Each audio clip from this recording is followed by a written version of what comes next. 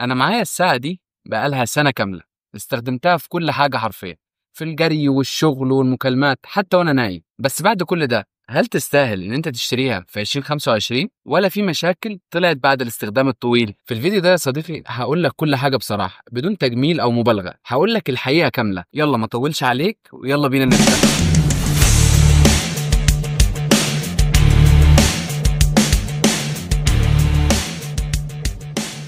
أول حاجة التصميم، بصراحة لسه الساعة محافظة على شكلها حلو جدا، الماتيريال بتاعت الساعة ممتازة جدا، والزرار الدائري شغال زي كأنه أول يوم، الشاشة أموليد لسه ألوانها قوية وتفاصيلها واضحة، الاستراب الأصلي استحمل معايا سنة كاملة، بس لو بتلبسها كل يوم هتحس إن أنت محتاج تغيره علشان النظافة والشكل، واللي أنا عملته يا صديقي بصراحة عشان أحافظ على الاستراب ده لأن هو شكله كلاسيك تحس إنه ليه مناسبات كده تلبسه فيها، كنت جايب كذا استراب بستخدم لكل وقت استراب معين، فالاستراب فضل معايا سنة محافظ على شكله. من أقوى الحاجات في الساعة دي هي البطارية كانت بتقعد معايا في الأول من 10 ل 12 يوم، بس دلوقتي وبعد سنة بقت حوالي 7 أيام، وده مازال رقم ممتاز جدا في 2025. طبعا لو قارناها بساعات تانية زي ما احنا عارفين ساعات سامسونج والابل بتكمل اليوم بالعافية، والشحن بتاع الساعة كويس وبيشحن الساعة تقريبا في ساعة ونص بتبقى فل. وبالنسبة للاستخدام اليومي الساعة ممتازة في الإشارات، بتجيب لك كل التنبيهات، واتس، فيس، ايميلات، كل حاجه بتوصلك على الساعه. بس على فكره انت مش هتعرف ترد على الرسائل دي الا لو موبايلك اندرويد، لو موبايلك ايفون هيبقى فيه شويه قيود، وكمان لو موبايلك اندرويد مش هتقدر ترد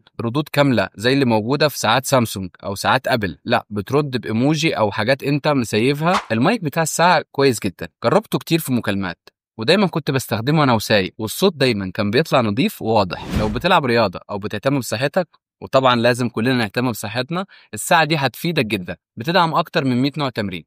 وانا شخصيا جربت الجري والمشي، وكمان الساعه بتقدر تتعرف على الجري والمشي لوحدها من غير ما انت تخش تقول لها ان انت هتجري او هتمشي، هي بعد ما انت تمشي فتره بتبتدي تقول لك اشغل تمرين الجري، اشغل تمرين المشي، وهكذا. الجي بي اس دقيق جدا وبيديك خريطه كامله بعد ما تخلص التمرين. بس في الساعه الجديده اللي هي الجي تي 5 من هواوي فيها خاصيه ان انت تنزل مابس اوف لاين، هنا اخرنا بيدينا اتجاهات اثناء التمرين يمين شمال وهكذا. نيجي بقى اللي بالنسبه لي اهم ميزه في الساعه دي، هو مستشعر ضربات القلب اللي موجود في الساعه دي.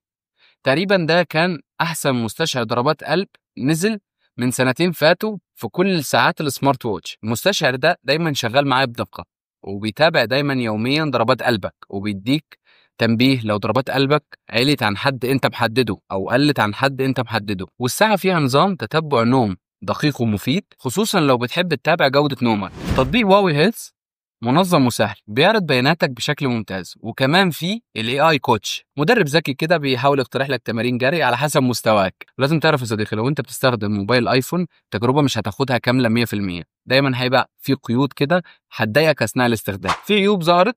ايوه طبعا مش هكدب عليك، اهمهم طبعا ان انت مش بتقدر تنزل عليهم تطبيقات بسهوله زي ساعات جالاكسي والابل واتش، وكمان الحاجه اللي بتضايقني فعلا ان انت ما تقدرش ترد على الرسائل اللي بتجيلك بنصوص انت تقدر تكتبها في وقتها، لازم تكون نصوص انت مجهزها. كمان ما فيهاش ان اف سي فعال في مصر فمش هتقدر تدفع بيها، والمساعد الصوتي اللي فيها مش دايما ذكي، خصوصا لو بتدور على الدعم العربي. بس يا صديقي لو انت مهتم بالسمارت فيتشر اكتر من الصحه هتحس ان الساعه دي محدوده شويه. ونيجي للسؤال المهم، هل الساعه دي تستحق ان احنا نشتريها في 2025؟ لو بتدور على ساعه بطاريتها قويه وبتتابع صحتك وتصميمها شيك فالاجابه هي ايوه. لكن لو انت من الناس اللي بتستخدم الساعه في تطبيقات الدفع او في التحكم صوتي متطور، في ساعات تانية ممكن تدي لك تجربه اوسع بس هتدفع اكتر. ودي كانت تجربتي مع هواوي جي تي 3 بعد سنه كامله. ولو عايز اعمل لك فيديو مقارنه بينها وبين ساعات سامسونج او ساعات ابل او ساعه من هواوي زي الجي تي 5، اكتب لي في الكومنتات. ما تنساش يا صديقي تعمل لايك للفيديو وتعمل سبسكرايب وتفعل زر الجرس